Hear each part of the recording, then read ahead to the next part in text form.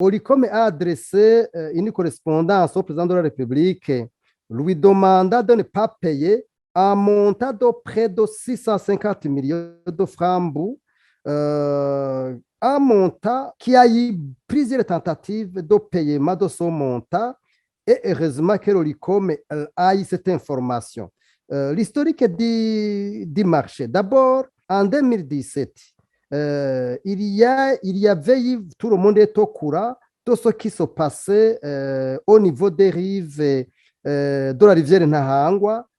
Il y a des constructions, vous le savez, et ces constructions étaient menacées par la rivière Ntahangwa. Il y a eu donc une urgence de protéger ces maisons. Donc, un marché de près de 720 millions de francs a été attribué à une société qui s'appelle Citecor, dirigée par un certain Banigwanizigo Ignace. Ce marché a été exécuté, mais je rappelle aussi que ce marché, il y avait du carburant et des véhicules de l'État en provenance de l'armée, mais aussi d'un service en charge des travaux publics au niveau du ministère des Travaux publics.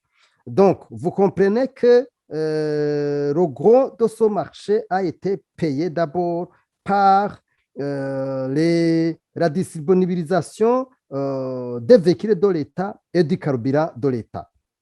Donc, ce marché a été exécuté, mais par après, il y a eu un avenant verbal qui a été donné par le même ministre Célestin Ndayizeye, et malheureusement, il y a eu des changements au niveau du gouvernement, et après avoir quitté le ministère, M. Célestin Ndayizeye, qui était par ailleurs avant député dans la circonscription de Muramvya, il a été remplacé par un certain Jean Bosco Ntuzwenimana. Malheureusement, Jean Bosco Ntuzwenimana n'a pas arrangé les choses parce que, au lieu de gérer cette question de ce marché qui a été attribué doublement, c'est-à-dire,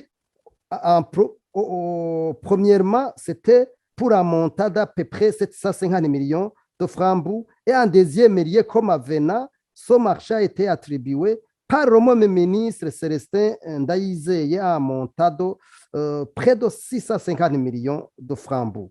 Donc, nous ne comprenons pas comment un montant, plutôt un marché qui a été exécuté sans aucun document, même une lettre simple, soit payé, nous voyons vraiment que ça va être un détournement purement et simplement. C'est pour cette raison que l'ORICOM a saisi le président de la République, d'abord pour qu'il puisse ordonner qu'il y ait une commission indépendante, commission des experts, pour lui donner l'historique de tous ces trois marchés qui ont été exécutés au même endroit et sans des documents valables. C'est ces trois ministres.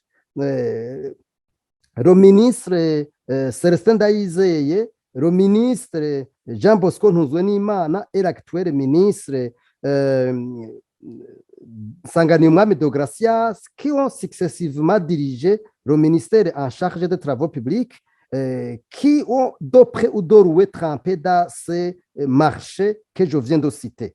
Donc, le premier marché, c'est un marché de près de 720 millions. Le deuxième marché, c'est le marché de 650 millions. Le troisième marché, qui englobe tout, c'est ce marché de 3 milliards, près de 3 milliards 500 millions de francs.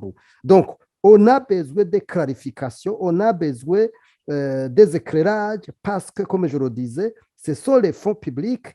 On ne comprend pas comment des ministres peuvent gérer un dossier comme ça sans qu'il y ait de la transparence.